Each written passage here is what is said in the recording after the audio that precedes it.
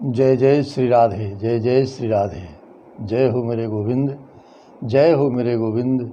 बड़ी कृपा है आपकी हम सभी भक्तों के ऊपर, और इसी प्रकार से कृपा बनाए रखिए।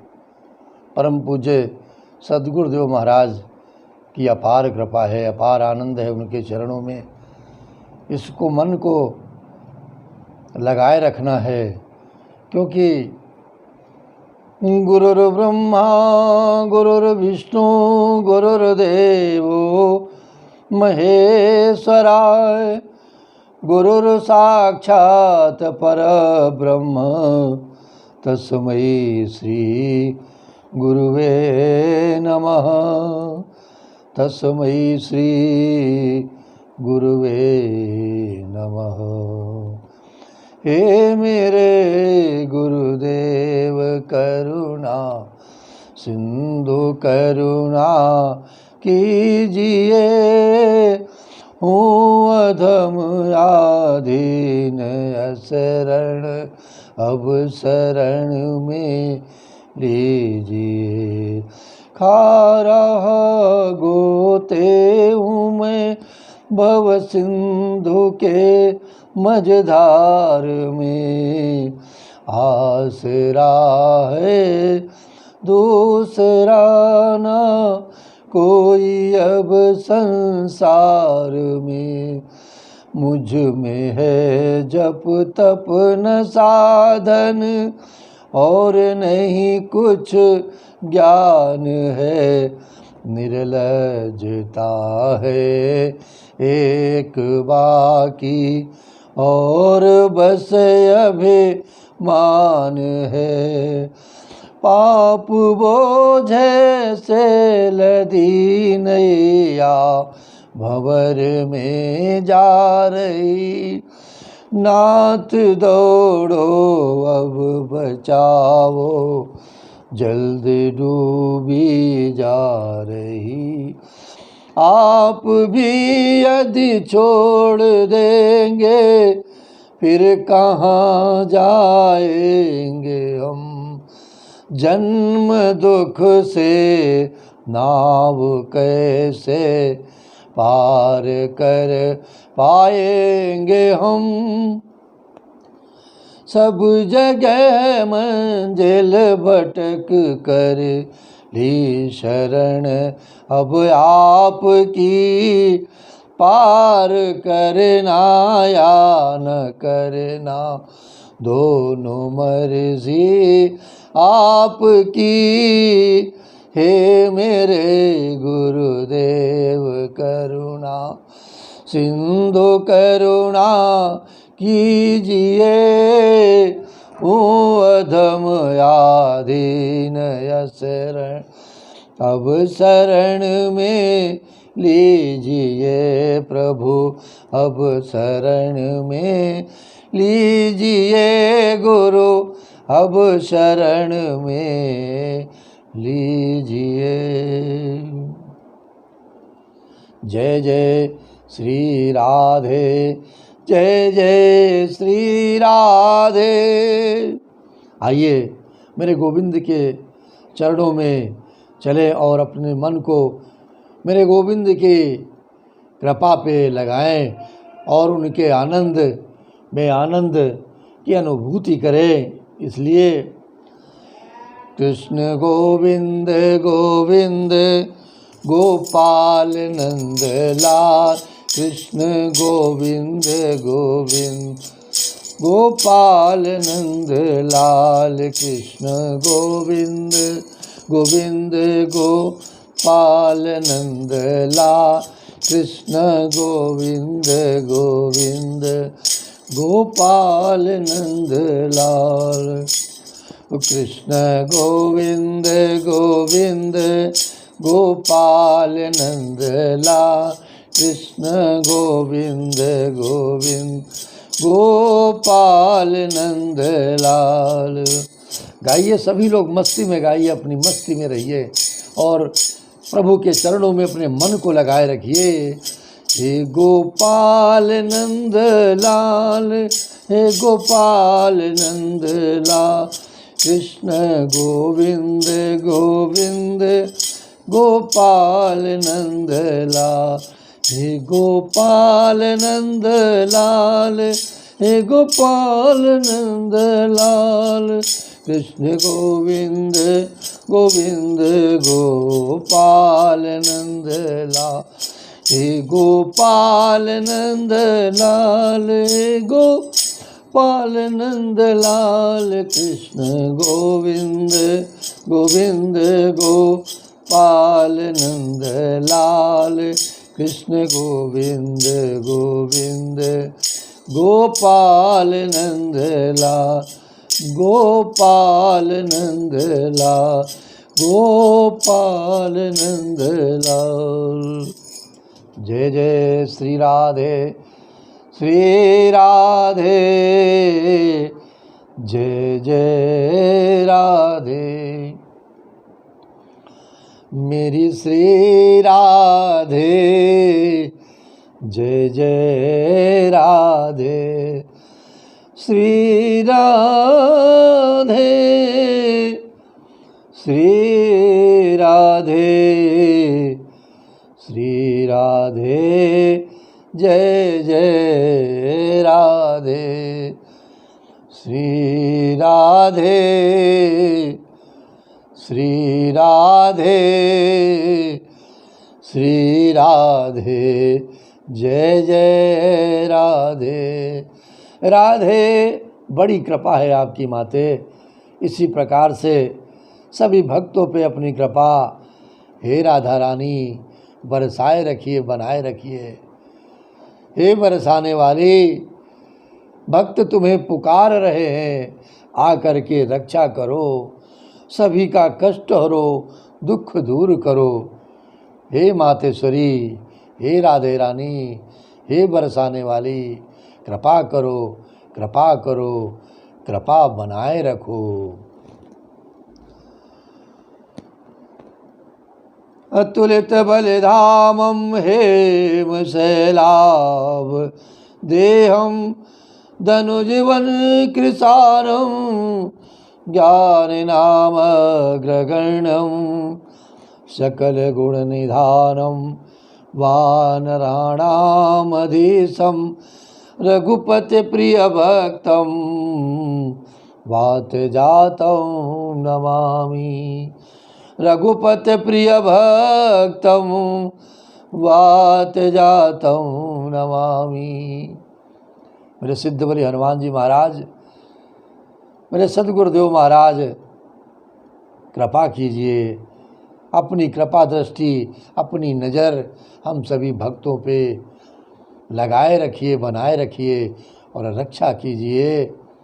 आज मंगलवार का दिन है, श्री हनुमान जी का, श्री सिद्ध बलि हनुमान जी का दिवस है। इसलिए मेरे प्रभु, मेरे गोविंद श्री हनुमान जी से बहुत प्रेम करते हैं। किसी भी श्रीमद् भागवत कथा में बिना श्री हनुमान जी की उपस्थिति के मेरे प्रभु प्रसन्न नहीं होते हैं। इसलिए आज सद्गुरुदेव महाराज की कृपा हुई है और उनकी कृपा से श्री हनुमान जी की भी कृपा प्राप्त हो रही है। इसलिए बड़े प्रेम से बोले हनुमान जी महाराज की जय, बोले सिद्ध बलि हनुमान जी महाराज की जय। तो कथायरंभन होते सुनहु वीर हनुमान, आई के आसन लीजिए, सदा करो कल्याण, सदा करो कल्याण। मेरे प्रभु, मेरे सिद्ध बलि हनुमान जी महाराज, जीवन में इसी प्रकार से आनंदोत्सव, आनंद बनाए रखिए, क्योंकि हम सभी भक्त जानते हैं, सद्गुरुदेव ने पहचान कराई है श्री हनुमान जी से। और देवता, और देवता चेतन धरई, और देवता ममता चित्त न धरई, हनुमत से सर्व सुख करई, हनुमत से सर्व सुख करई। हमने अगर अपने मन को श्री सिद्ध बलि हनुमान जी महाराज के चरणों में लगा रखा है तो सारे देवी देवताओं तक मेरे हनुमान जी की पहुँच है, क्योंकि उनकी पूछ सभी जगह है और उनकी पूछ की लीला भी तो बहुत ही अपरंपार है। उन्हें नहीं पता था कि जब लंका में वो प्रवेश कर लिए तो पूछ के द्वारा क्या कर्तव्य होना है, क्या कमाल होना है, ये उनको भी ज्ञात नहीं था। लेकिन रावण ने अपने मन से ही बोलना शुरू कर दिया, क्योंकि हनुमान जी की बहुत पूछ है, सभी जगह पूछ है, इसलिए इनकी पूछ को ही नष्ट कर दो और इनकी पूछ में कपड़ा बांध करके, तेल लगा करके, डाल करके उसमें अग्नि लगा दीजिए तो इनकी पूछ समाप्त हो जाएगी। हनुमान जी ने जब ये वचन सुने हैं तो उन्हें बड़ा आश्चर्य हुआ कि हे मेरे प्रभु, हे मेरे श्री राम कृपा सिंधु, ये आपने क्या किया? आपने जो भी कार्य जिसे सौंपे हैं उससे कराने के लिए पहले से ही सारी व्यवस्थाएं कर रखी हैं, आदेश दे रखा है। तो अब क्या कुछ अनहोनी मेरी इस लंका की कुछ अनहोनी मेरी पूछ के द्वारा होने जा रही है, इसीलिए पूछ को आदेश हुआ है कि तुम अपने कर्तव्य दिखाओ और अपना जो प्रभाव है, आपकी जो पहुँच है, आपकी जो पुकार है, आपकी जो पूछ है, उसका प्रभाव ये संसारी लोग देखें। तो यही हुआ है कि श्री हनुमान जी की पूछ में कपड़ा लपेट करके राक्षसों ने तेल डाल करके अग्नि लगा दी है, और उसके पश्चात जो हुआ है वो सब आप सभी भक्तजन जानते ही हैं कि रावण का परिवार वृंद, भक्त वृंद और जितने भी उसके अनुचर थे सभी त्राहि करने लगे श्री हनुमान जी के प्रभाव को देख करके। और हनुमान जी ने फिर क्या खेल किया है, एक अटारी से दूसरी अटारी, एक महल से दूसरे महल में जा करके वो दृश्य दिखाया है कि लंका वाले रावण की नगरी थर थर काँपने लगी। तो हमारे श्री हनुमान जी की, हमारे सिद्ध बलि हनुमान जी की इतनी बड़ी पहुँच है, इतनी बड़ी पूछ है कि जिसका वर्णन आज तक संतों ने बहुत प्रकार से किया है। जय जय श्री सीताराम, जय जय श्री सीताराम, जय जय श्री राधे, जय जय श्री राधे, जय जय सद्गुरुदेव महाराज। आपकी कृपा, गोविंद जी की कृपा हम सभी भक्तों को नित्य प्रति श्रीमद् भागवत कथा रस आनंदोत्सव के रूप में पान करने को मिल रहा है। इसी प्रकार से कृपा बनाए रखिए। तो आज की इस कथा में आगे बढ़ते हुए, गोविंद मेरो है, गोपाल मेरो है, श्री बांके बिहारी नंदलाल मेरो है, श्री बांके बिहारी नंदलाल मेरो है। आगे की कथा में जैसा कि कल आप सभी ने सुना कि मन की व्यथा को और मन के ऊपर जो भार हम लोग लेकर के जीवन जी रहे हैं उसे तुरंत त्याग दें, क्योंकि अगर हम अपने मन पे भार बनाए रखेंगे, सारा कुछ संसार में हम ही ढोते रहेंगे, तो मेरे प्रभु के कृपा आपको कैसे प्राप्त होगी। पहले इस मन को खाली करें और इस मन को खाली करके मेरे गोविंद के चरणों में लगा दें कि हे मेरे गोविंद, मैं कुछ नहीं करूँगा, मैं कुछ नहीं करता। जो मेरे जीवन में आज तक हुआ है और जो हो रहा है और जो भी भविष्य में होगा, आगे होगा, सब आप जानो। मैं तो केवल आपको निस्वार्थ भक्ति के द्वारा भजता हूँ और आपको याद करता हूँ दिन रात। ओम नमो भगवते वासुदेवाय, ओम नमो भगवते वासुदेवाय। तो बस अब सौंप दिया इस जीवन का सब भार तुम्हारे हाथों में। मेरे गुरुदेव ने यही जीवन में शिक्षा दी है कि मत ढो। हे जीव, हे प्राणी, ये जो माया की गठरी अपने सर पे रखी है, इसे प्रभु के चरणों में सौंप दो और अपने को केवल भजन में लगाओ, गुरु मंत्र के जप में लगाओ और गुरु की शरण में रहो। आपका कभी भी कोई बाल बांका नहीं हो सकता।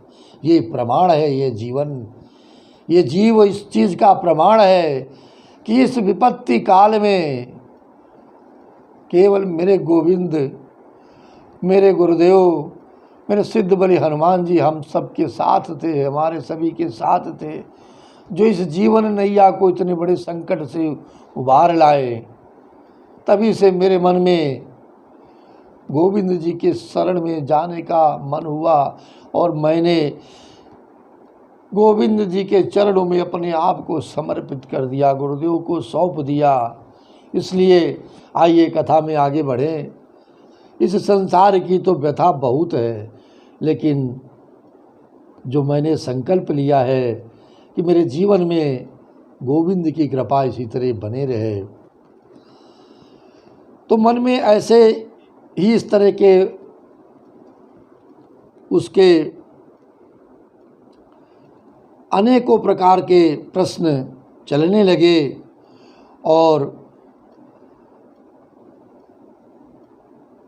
उसके जो कुतर्क थे अपने मन के द्वारा, उसने वो फल नहीं खाया।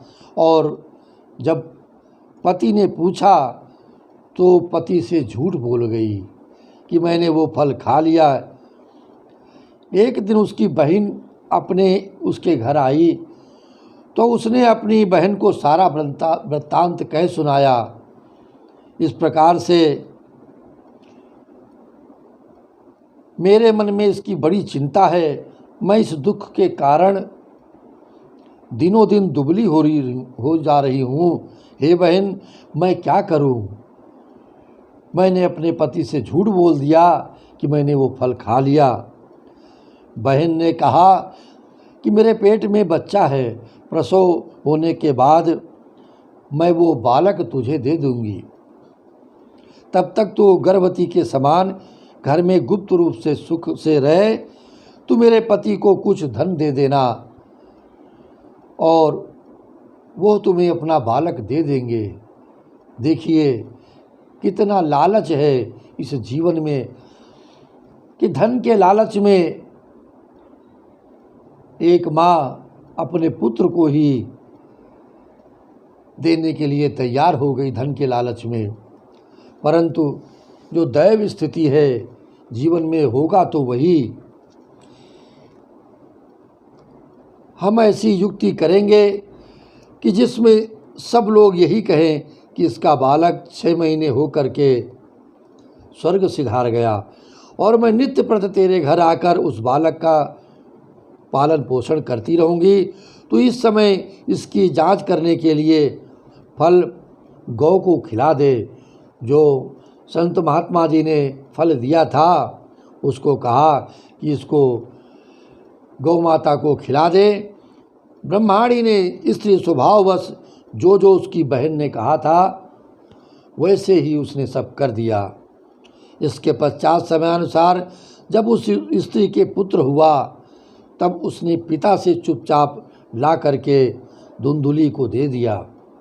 और धुंधुली ने तो जो झूठ बोला था अपने पति से, और उसने आत्मदेव को सूचना दे दी कि मेरे सुखपूर्वक संतान की प्राप्ति हो गई है। इस प्रकार आत्मदेव के पुत्र हुआ सुनकर सब लोगों को बड़ा आनंद हुआ है और सभी ने वहाँ पे उत्सव मनाया है। और ब्राह्मण ने उसका जात कर्म संस्कार करके ब्राह्मणों को दान दिया और उसके द्वारा द्वार पर गाना बजाना तथा अनेक प्रकार के मांगलिक कृत्य हुए हैं।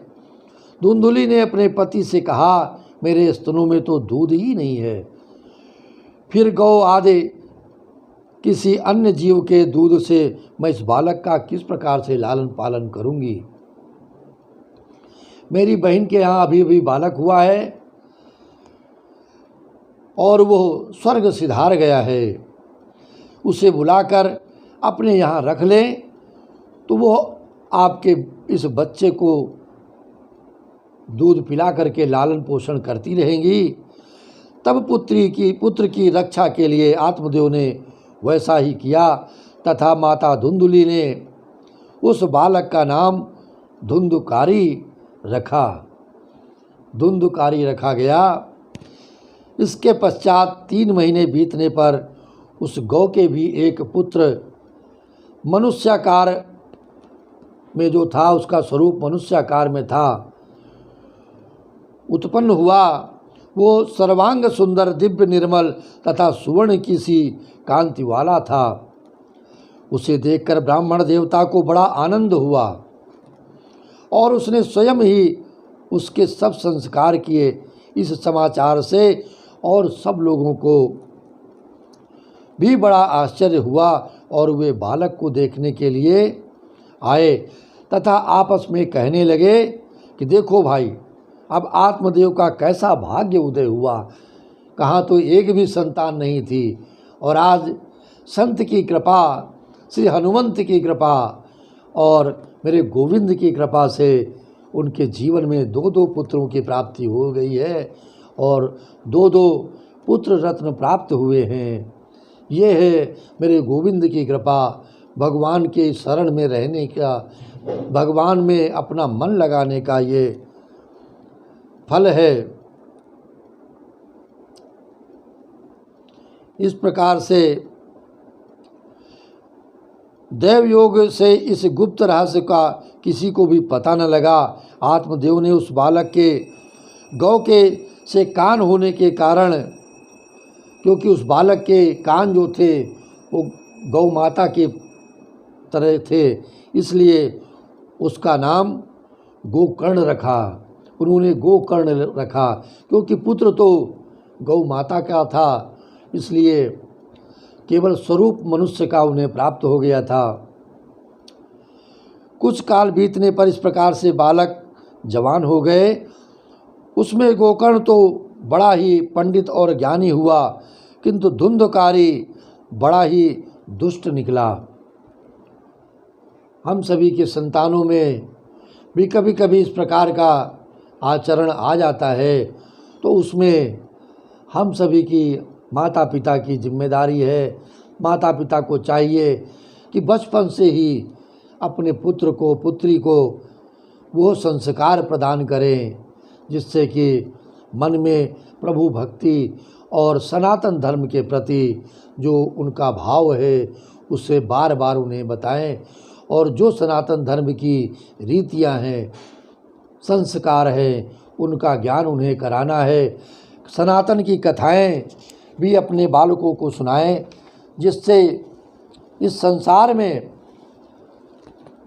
आने वाली पीढ़ियों के मन में भी अपने धर्म के प्रति, अपने कर्म के प्रति जागृति मन में बनी रहे और किसी भी प्रकार से किसी से वैर न हो और मन को केवल प्रभु के चरणों में वे लगाए रखें। इस प्रकार से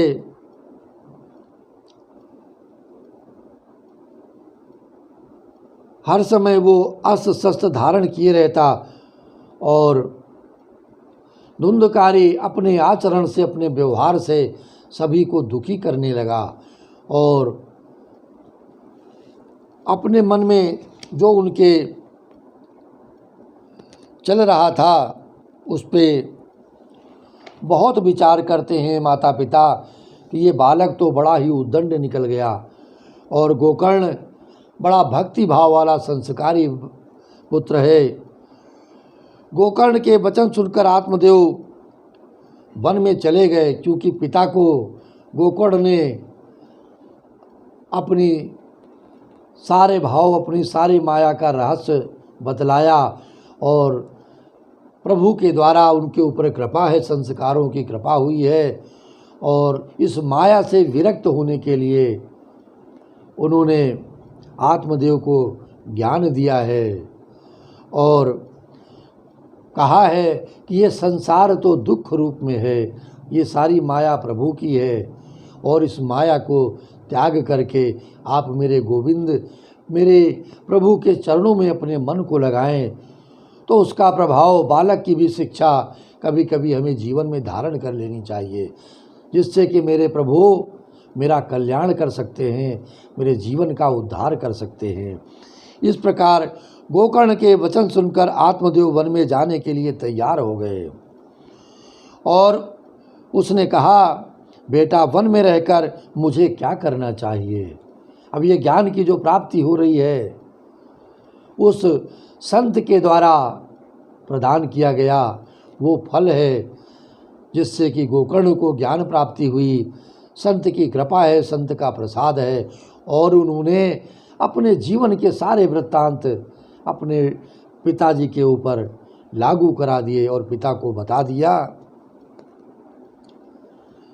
इस तरह उस आचरण को, उस कर्म कांड को मुझे बताइए कि मुझे वन में रह कर के अब क्या करना होगा।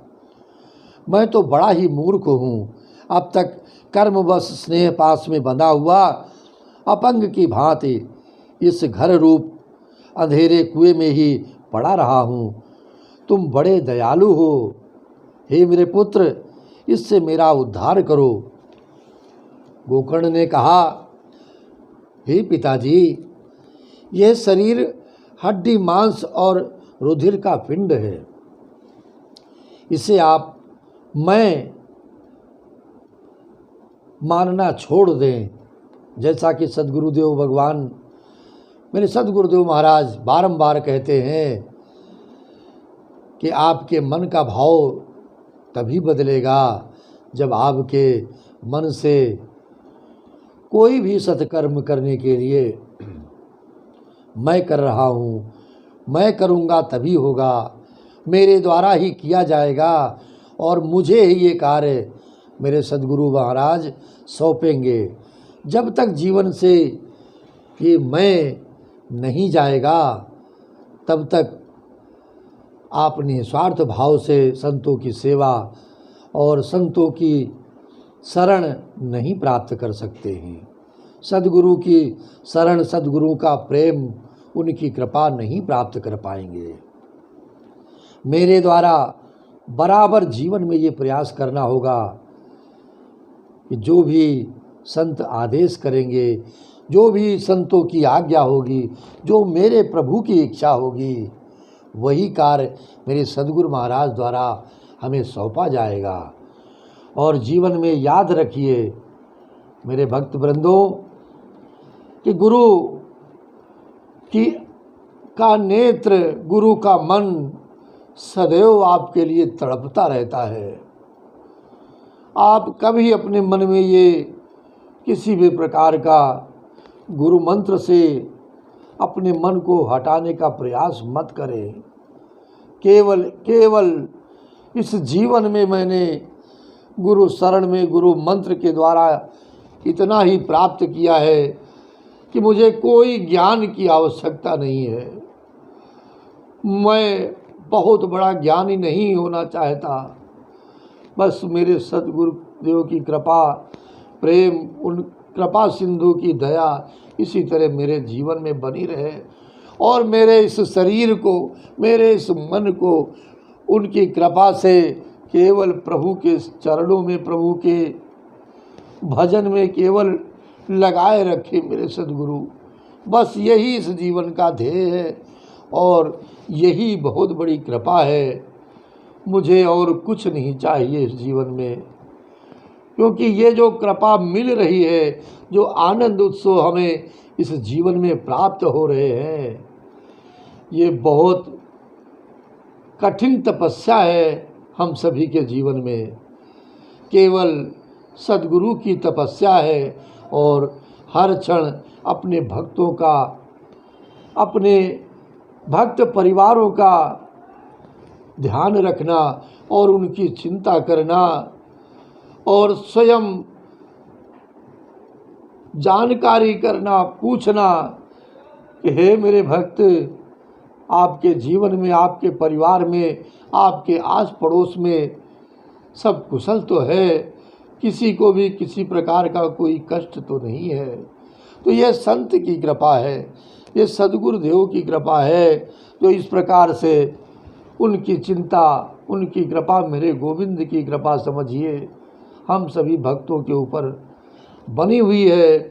और इसी प्रकार से वो कृपा हमें प्राप्त होती रहे जीवन में, और कुछ भी नहीं चाहिए। और इस जीवन में प्रभु प्रेम के अतिरिक्त और कुछ भी नहीं चाहिए। मेरा मन निस्वार्थ भाव से जो मेरे प्रभु हमें ये आज्ञा करते हैं, जो कहते हैं कि आपको अब ये कार्य करना है, आपको ये कार्य करना है, अब आपको श्री हनुमान जी के चरणों में भजन करना है, मेरे प्रभु के चरणों में मन को लगाना है, तो यह शरीर और ये मन अपने आप उस सत्कर्म में लग जाता है, उसमें मेरा कुछ भी नहीं है। तो इसी प्रकार से जब गोकर्ण ने अपने पिता को ज्ञान दिया है और आगे भी ज्ञान देते हुए कहते हैं कि हे पिताजी, स्त्री पुत्रादि को अपना कभी न माने, क्योंकि ये संसार माया रूपी संसार है। जब हम इस धरती पर प्रभु के द्वारा भेजे गए थे तो उस घटना को याद करना चाहिए हर भक्त को अपने जीवन में, कि जब माँ के गर्भ में थे और 9 माह तक क्या स्थिति थी। बस केवल प्रभु से नित्य प्रति यही प्रार्थना ये जीव, ये आत्मा करती है कि मुझे इस कष्ट से, हे मेरे गोविंद, हे मेरे प्रभु, शीघ्रातिशीघ्र मुक्ति दिलाओ। और उस मुक्ति के बाद जब हमें जीवन प्राप्त होगा तो हम आपके गुणगान करेंगे, आपका भजन करेंगे, आपको नित्य प्रति याद करेंगे। जीवन में आपका चरित्र, आपका जो प्रेम है उसका बखान करेंगे संसारियों को। इसलिए इस संसार को अपना न मानने की भी शिक्षा संत के द्वारा, गोकर्ण के द्वारा अपने पिताजी को दी गई और कहा, इस संसार को रात दिन क्षणभंगुर से देखें, क्योंकि हम वो भी कर नहीं पाते हैं। आज जो हमारे जीवन में समय है, इसको अगर हम एक प्रकार से देखें तो इस समय को कष्टों में तो सभी गुजार रहे हैं, कष्टों में तो सभी व्यतीत कर रहे हैं, परंतु जिनको भी मेरे गोविंद ने कृपा प्रदान कर रखी है, उनके ऊपर कृपा बना रखी है, तो केवल एक सत्कर्म करे कि इस समय का उपयोग करते हुए मेरे गोविंद का भजन करें, प्रभु के चरणों में संतों के सत्संग को सुने। देखिए आपके जीवन में किस प्रकार से परिवर्तन आता है और मन को भी शांति, धैर्य और प्रेम प्राप्त होगा। ये संतों की वाणी है, मेरा कुछ नहीं है।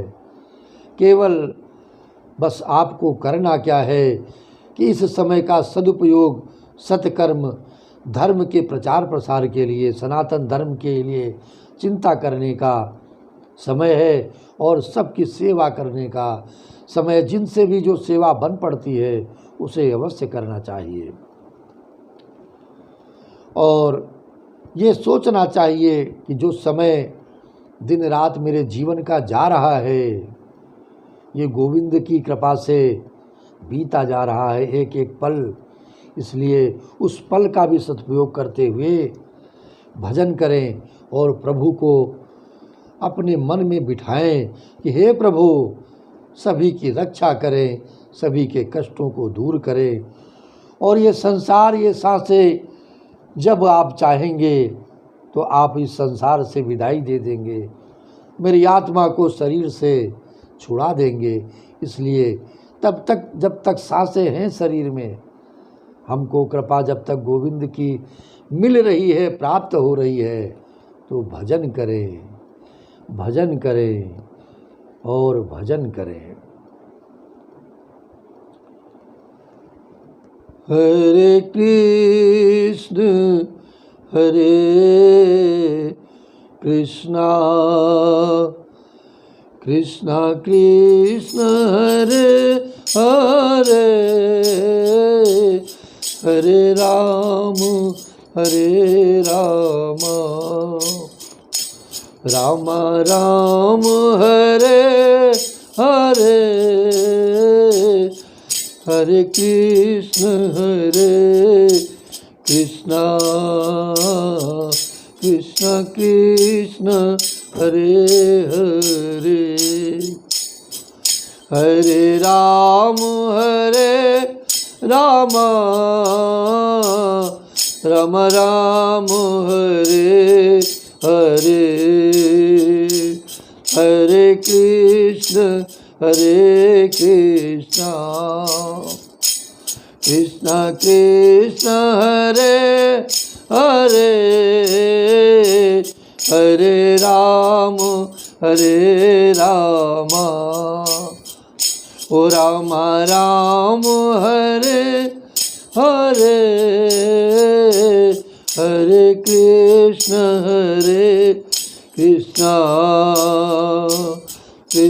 कृष्ण हरे हरे, हरे राम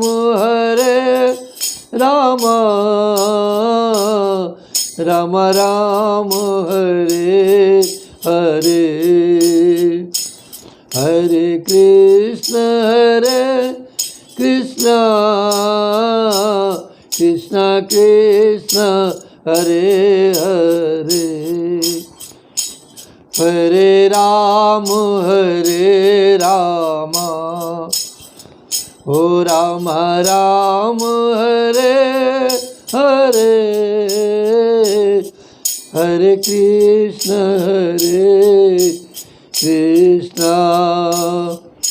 ओ कृष्ण हरे हरे,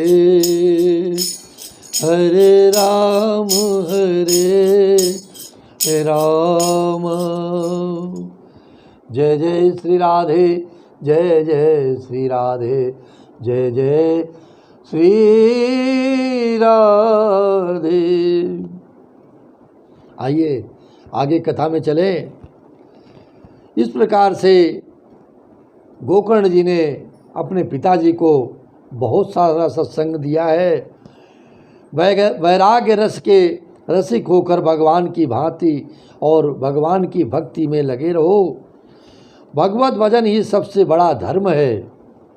निरंतर उसी का आश्रय लिए रहे। मेरे गोविंद की शरण में अपने मन को लगाए रखें। अन्य सब प्रकार के लौकिक धर्मों से मुख मोड़ लें और माया का त्याग करें।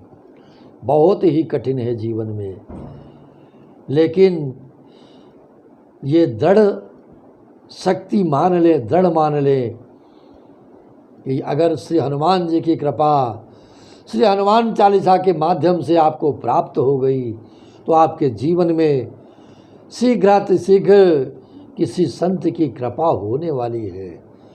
और जब संत की कृपा हो जाएगी, आपके जीवन में सद्गुरु प्राप्त हो जाएंगे, तो उनकी कृपा से ये मन भगवत भजन में प्रभु की शरण में लगने लगेगा। इसलिए आगे उन्होंने भी कहा है कि सदा साधुओं की सेवा करो, संतों की सेवा करो, संतों के चरणों में अपने इस मन को लगाना, भोगों की लालसा को पास फटकने न देना।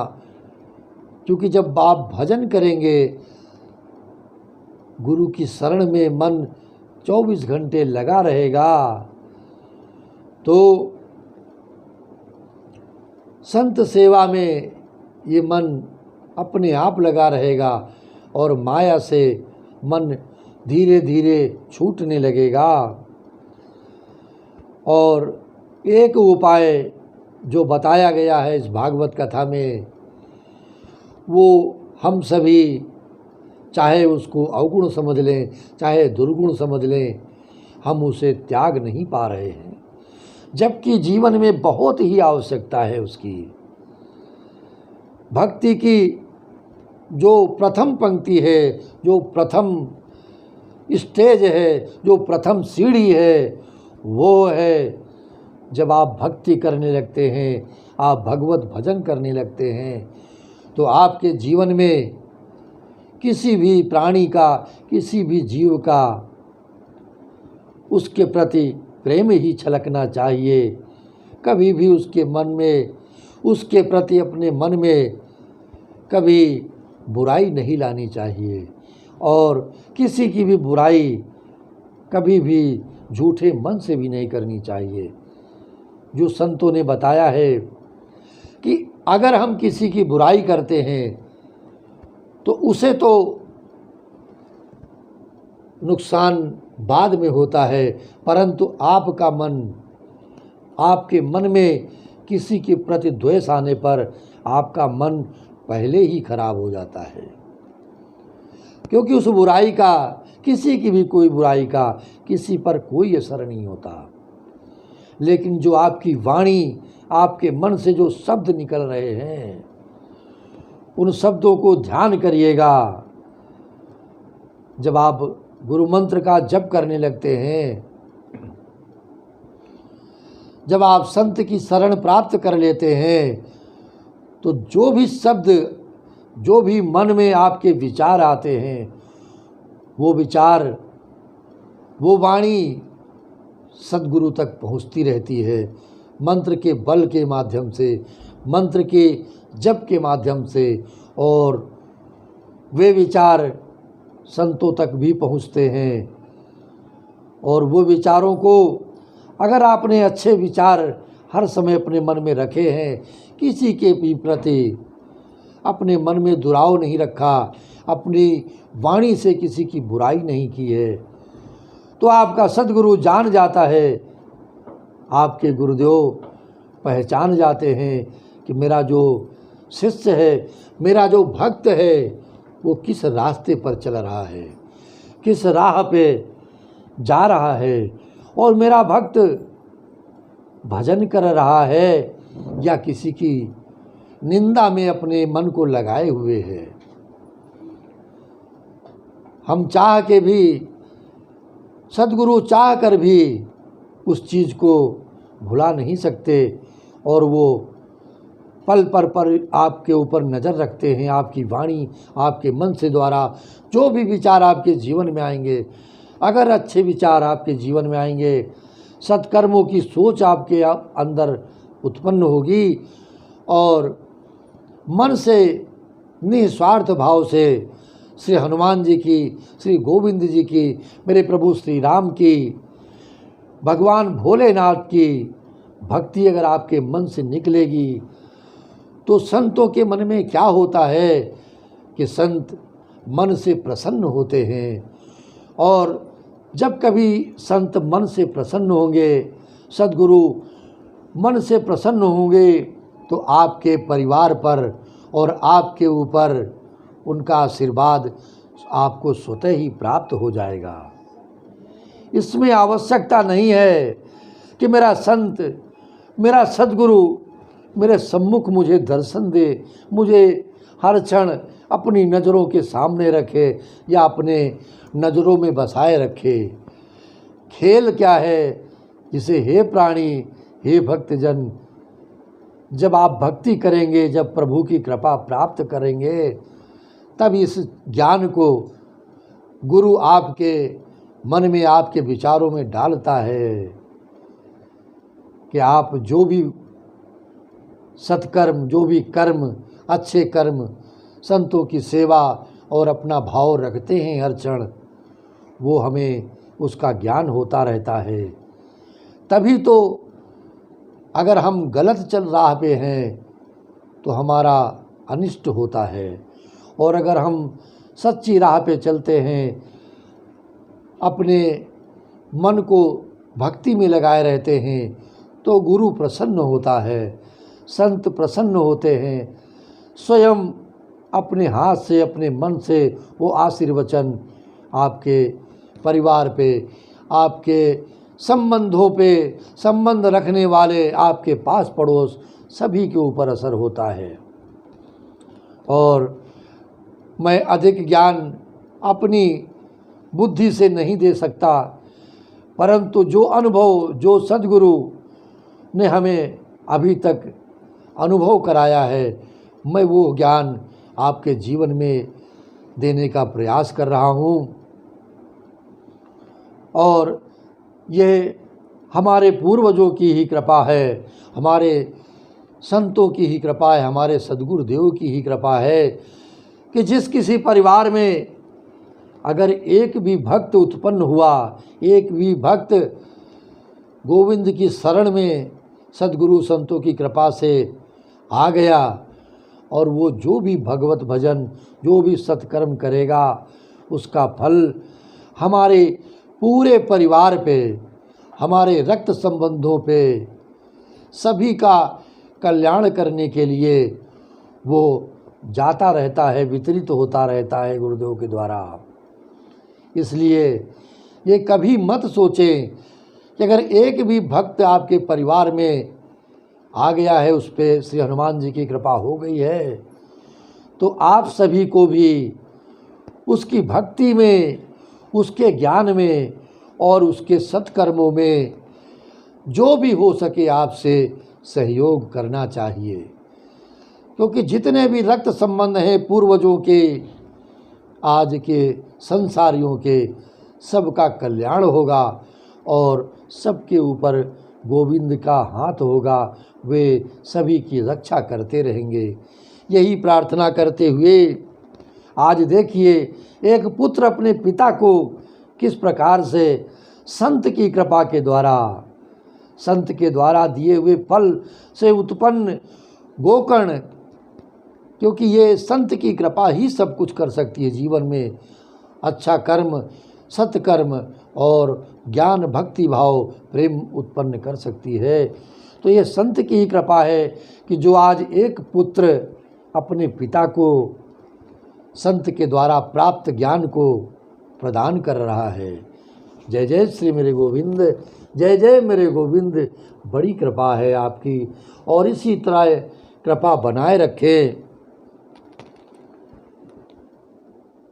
पुत्र की वाणी से प्रभावित होकर आत्मदेव ने तो उसी समय मेरे गोविंद के चरणों में अपने मन को लगाते हुए अपने घर को छोड़ दिया, परंतु ये आवश्यक नहीं है। मेरे सद्गुरुदेव महाराज ये ज्ञान देते हुए कहते हैं कि आपको परिवार छोड़ने की आवश्यकता नहीं है। जब तक आप इस परिवारों में हैं, उसी का समय, उसी से समय थोड़ा सा लेते हुए भगवत भजन करते रहें, और परिवार को ही, अपने घर को ही एक मंदिर के रूप में, सत्संग हाल के रूप में विकसित कर लें। और आज तो जो हमारे जीवन में ये समय चल रहा है, हम सभी ने अपने घरों में अपने सभी बंधु बांधवों को कैद कर रखा है, क्योंकि ये जीवन बहुत ही अमूल्य है। तो घरों में ही रह कर के हमारे सारे भक्तों को ये चाहिए कि प्रभु के सम्मुख बैठ करके जितना भजन हो सके करें और परिवारों में ही रहें, सुरक्षित बने रहें और बाहर निकलने का प्रयास बहुत ही कठिन समस्या जब हो तभी करें। इस प्रकार से यद्यपि उसकी आयु उस समय 60 वर्ष हो चुकी थी, आत्मदेव 60 वर्ष की अवस्था को प्राप्त हो चुके थे, फिर भी बुद्धि में पूरी दृढ़ता थी।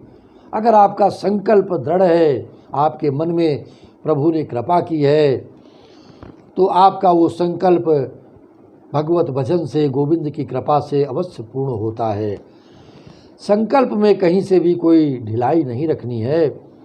वहाँ रात दिन भगवान की सेवा पूजा करने से और नियम पूर्वक भागवत के 10वें स्कंद का पाठ करने से उसने भगवान श्री कृष्ण चंद्र को प्राप्त कर लिया जीवन में। आत्मदेव के ऊपर श्री कृष्ण भगवान की कृपा हुई है, मेरे गोविंद की कृपा हुई है। और इस प्रकार से मेरे गोविंद आप सभी के ऊपर भी कृपा बनाए रखें, सभी के कष्टों को दूर करते रहें, इसी प्रार्थना के साथ हे मेरे गुरुदेव, हे मेरे सिद्धबली हनुमान जी महाराज, हे मेरे नर्मदेश्वर महादेव, हे मेरे गोविंद, हे मेरे सद्गुरुदेव महाराज, इस जीवन के कष्ट को, इस जीवन की जो आपाधापी है, जो संदेह है, जो डर है, उसे समाप्त कर दो और सभी के कष्टों को कम कर दो, हरण कर लो, कृपा बनाए रखो। जय जय राधा रमण हरि बोल, जय जय राधा रमण हरि बोल, जय जय राधा रमण हरि बोल, जय जय राधा रमण हरि बोल, हरि बोल, हरि बोल, हरि बोल, हरि बोल, हरि बोल, हरि बोल, जय जय राधा रमण हरि बोल, जय जय राधा रमण हरि बोल, जय जय राधा रमण हरि बोल, जय जय राधा रमण हरि बोल।